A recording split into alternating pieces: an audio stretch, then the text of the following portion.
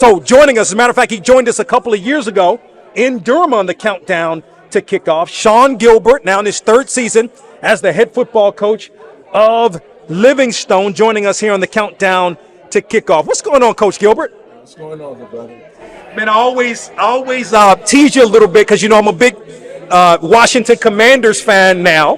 I don't guess we did right by you in your 1 year in Washington, which was a great season. I was like, we need to re-sign him. Might be the best on the interior. Man, No, I was just teasing. I mean, man, we should have re-signed you. We should have, man. But you know what? It's all about the business, you know. And you just want people to understand that that's what it is, and the passion and what we have for the game as players, you know, that it extends beyond that.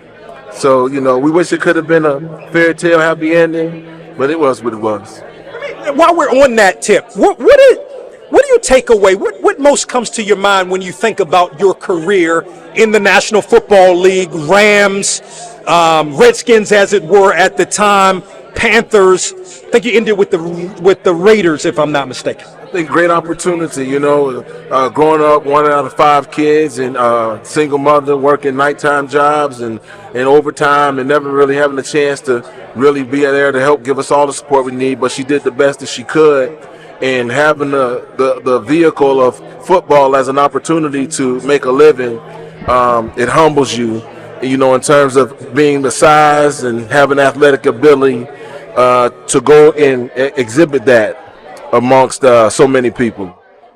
When I look at taking the job at Livingstone, going back some 3 years ago, what led you to take that job at Livingstone? Because you got a lot of former NFL players that are now head football coaches at HBCUs. What led you to take that job? Well, I think for myself, you know, it was an opportunity. I initially was trying to help my son get into school, and my relationships with a Hall of Famer there allowed me to have a good conversation, and that opened up the other door in terms of where I was, in terms of the years I had invested in just volunteer coaching at the high school level. And I was pretty much at a point where I was past that, so the opportunity and the timing of it worked out perfectly for where I was and wanting to coach at a higher level. Not necessarily trying to get to the highest level in terms of the coaching, but opportunities to give back and help young men, you know, command their rightful place and find out where they fit in society. Your thoughts on the 2022 season? You guys were able to win 4 games last year. Well, I mean, you know what? I mean, that we're grateful for that opportunity in terms of the amount of games we won, growing as a program, but also at the same time we look at what we left on the table and opportunities that we had that we want to grow from. And, you know, it's just a growing process. When you're building a team, you're really behind the 8 ball, especially in a situation like ours with some of the stronger teams like, you know, Fayetteville, with Virginia Union, Virginia State, Bowie, you know, and it's not to put any of our teams down, but they do perform and demand a little bit more when it comes to the level of competition. So trying to build those building blocks so we can compete with those guys on a week-to-week basis.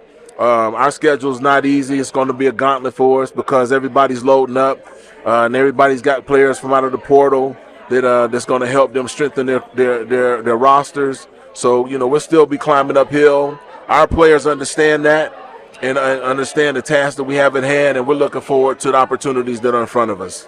Speak to some of the factors that led to winning 3 more games than you did in 2021. Only 1 win in 21, 3 more games. I mean, that's you got to feel good about that in terms of building the program. We do. We feel good about that. Myself and my coaches do. We work hard. You know, naturally we don't have the full staffs that a lot of people have, but we make no complaints about our efforts in terms of what we're trying to get accomplished. And, you know, going into games, I mean, sometimes we would see the teams, we could tell by size that we were going to have a fight on our hands. But my deal is to teach guys, you know, compete and fight. You know, there's 2 things: stay humble and hungry, and let the outcome be what it's going to be. What you can't control, you can't control. But what you can control, that's what you control. And my theory to my team is chance favors the prepared man. And so we have to look at every opportunity that we have to compete. And we don't know what the outcome might be. You know, a team may take us for granted, and then that opens up the door of opportunity for us. So that was our approach week in and week out. And then just trying to get guys to understand, being a young football team, trying to get guys to understand what it takes week in and week out, not on a high school level, but on a college level, being that we're so young. And a lot of those guys, man, they bought into it. So it gave us opportunities. You know, we played tough games against Winston that came down to the wire, went into overtime with Mo, with Johnson C. Smith. So, you know, and then we caught Elizabeth City, we caught them off guard. You know, being where we are, Coach Hilliard is a great coach. And so, you know, we're just grateful for those opportunities that we had in terms of being able to come out on top. How big was winning the last 2 games of the season for you, carrying that momentum coming into 2023? I mean, I think it's the sauce, you know, in terms of that, meaning that, you know, if you want to make a good sauce, it has to marinate, you know, and it has to sit and simmer. And for us, being able to get on a win streak, you know, that's good. That's great for us in our program to be able to come off of a win and then still feel the adulations and take confidence back into another week. So just learning how to do it and be consistent in it. So we got our hands full coming in around the corner here, but we're going to get the axe and we're going to chop this wood and see what happens. Speak to some of the players to watch offensively. We'll start offensively in 2023. Well, you know what? That's one of the things you don't want to do, because I don't want to give a scouting report up. Okay. And being that we're all at 0-0 right now. All right. You know, I need every advantage that I can get right now. So I think we're young coming in at the quarterback spot, but you know, we're getting some more athletic guys in terms of, you know, can run the ball and so forth. So it gives us that secondary option in terms of that 1 or 2 primary or secondary option isn't there initially when he's on his reads. You know, we're fortunate to get one of the top running backs in the state, Jermichael Wells, to come. Heavily recruited by everybody, and was close to leaving, but decided at the last minute he would stay home. So we're fortunate to have opportunity to have him with us. He's a big back, can tote the ball, and we really want to put a heavy emphasis on that run game this year. And defense, I know you, but Kevin Larkins comes back. But we lost Kevin Larkins. Yeah. Okay. So, but we have quite a few guys. You know, he was a great player for us, especially coming in as a freshman and being everything that we thought he would be in terms of in terms of when we recruited him. And, you know, the thought process was that if he outperformed himself, that he would open the doors of opportunity for that, which he was recruited by, and is recruited by Kentucky as it sits. So we're grateful for that. But we still have to keep on recruiting. You had to find 3 more to replace that 1, because that's just how good he is. And so we're looking forward to getting those guys on the field and seeing how they'll work together to help us shoe up the secondary so that we don't get hit in the head so much like we did last offseason. The turf, a lot was, you know, you got the turf, the new turf. You played on that, I think, for the first time 2 years ago. Yeah. 2021. So, you know, how is it holding up? And I mean, that's got to be a great recruiting tool. I mean, you mentioned getting one of the best backs in the state to come play it. No, this was our first year playing on it. It's your first year playing it. Yeah. Okay. Yeah. But that's got to be a great recruiting tool to get one of the best backs in the state. An amazing recruiting tool. Most folks that come to the school, you know, they get to come down the hill and they see the field, and it really has an ambiance about it. We enjoy practicing on it. Our guys are excited about it. Recruits come in, it is a draw for them.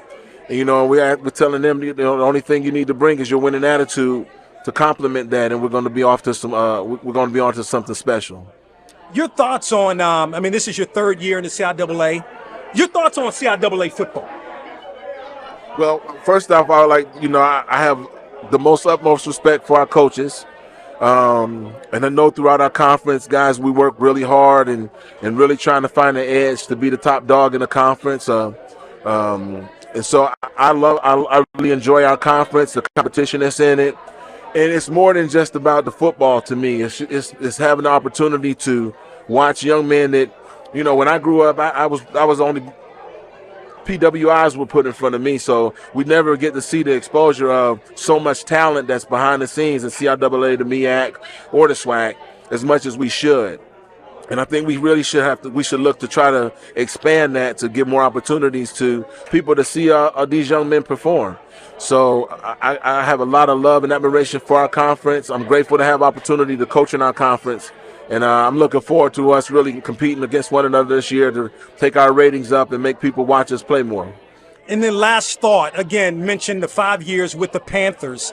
And just kind of, speak to, because you've established a relationship in the Charlotte, Salisbury area from your time as the Panthers. And I think a lot of people can look at you in that time, look at you now at Livingstone, and it helps to raise the profile a bit of Livingstone a bit, and then ultimately helping your football program get more players and being able to win in all those. They all work hand in hand. Well, I think so. I think that, football is a family.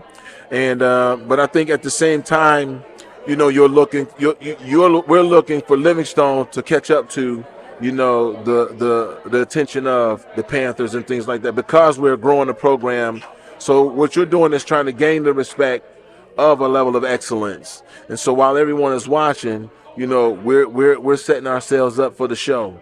And I'm grateful to have I had opportunity to play with the Carolina Panthers for 5 years, and take care of my family. And I think North Carolina is an amazing place to raise a family and an amazing place to live. Just a lot of culture and a lot of good people that are going in and out that's migrated down to the city. So we just want to just continue to build where we are, so to let the Salisbury and the Charlotte connect at some point the way we want it to. Well, Coach Gilbert, we appreciate the time making the trip up from Salisbury. Good luck to you and the Blue Bears this season. Hey, appreciate it, man. You got it.